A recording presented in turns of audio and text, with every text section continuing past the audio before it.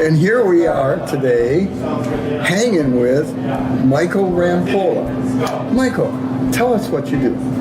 I do business coaching and leadership development for organizations that are looking to grow and scale. So that means we help owners transform what they're already doing into something that's more efficient, more effective, so they can accomplish the most important priorities. That's awesome. And I'm told you're really great with a whiteboard. I have been told that I'm good at sketching ideas. Yes, I do enjoy that. I've often been told that the visual helps people. It's a different learning modality, right?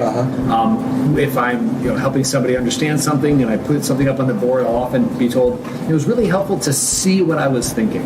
And in a lot of cases, that's what people need. They know what's in their head, but getting it out of their head, putting it, sharing it through somebody else, and hearing it and present it back to them in words and pictures and diagrams really helps solidify their thinking and give them clarity that it's hard to get any other way. That's awesome, and you're really good at it. Thank you. So, Michael, you get to. I'm going to ask you 3 questions. Okay.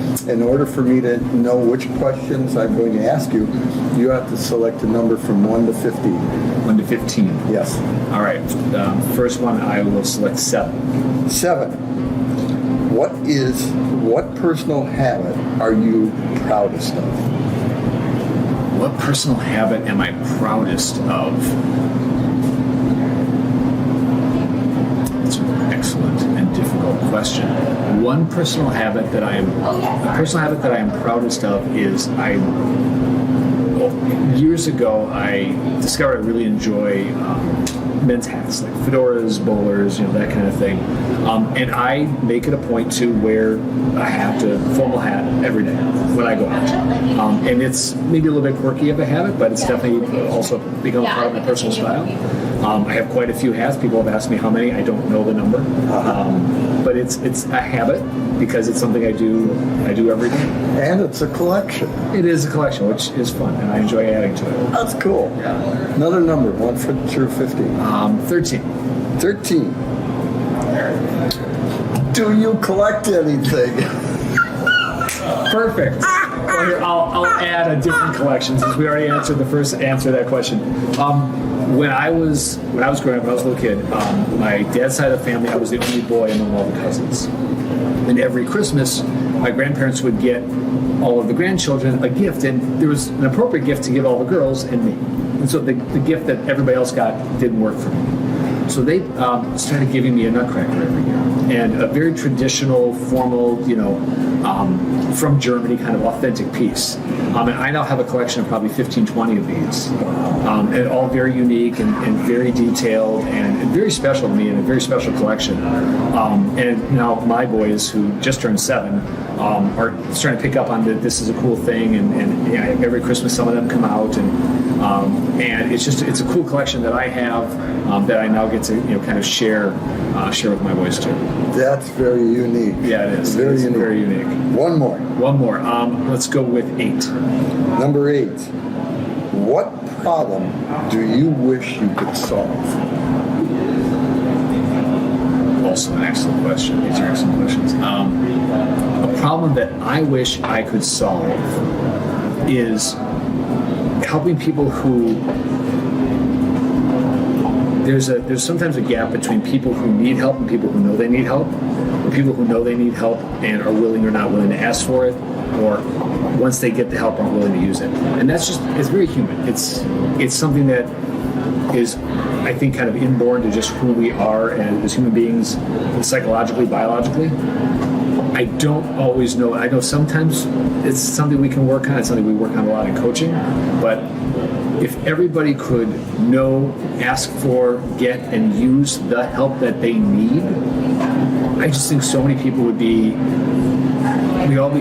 Each of us would be in a different place, and we'd be able to make some pretty major transformation in the world.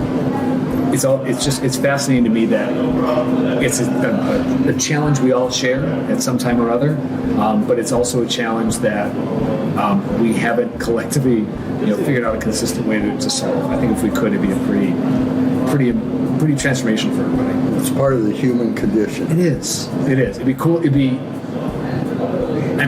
As I say this, I'm also going to say there's probably a reason that's there.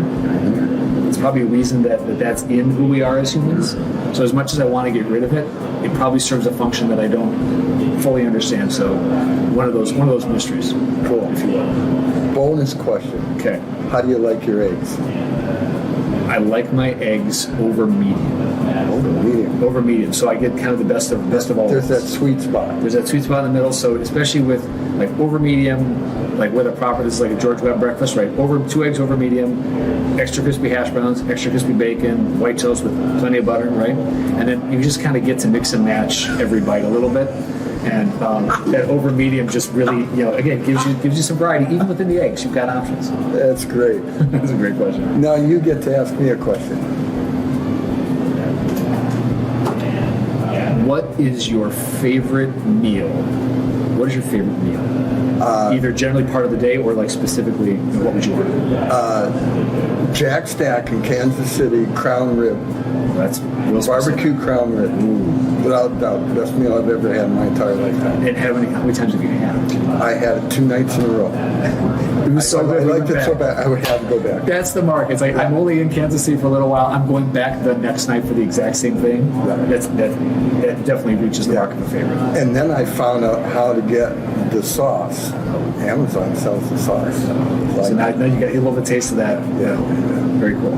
Well, this has been Hangin' with Michael Rampolla, and thank you so much. Thanks, Cole. Appreciate it. It's been a pleasure. You have a great day. You too.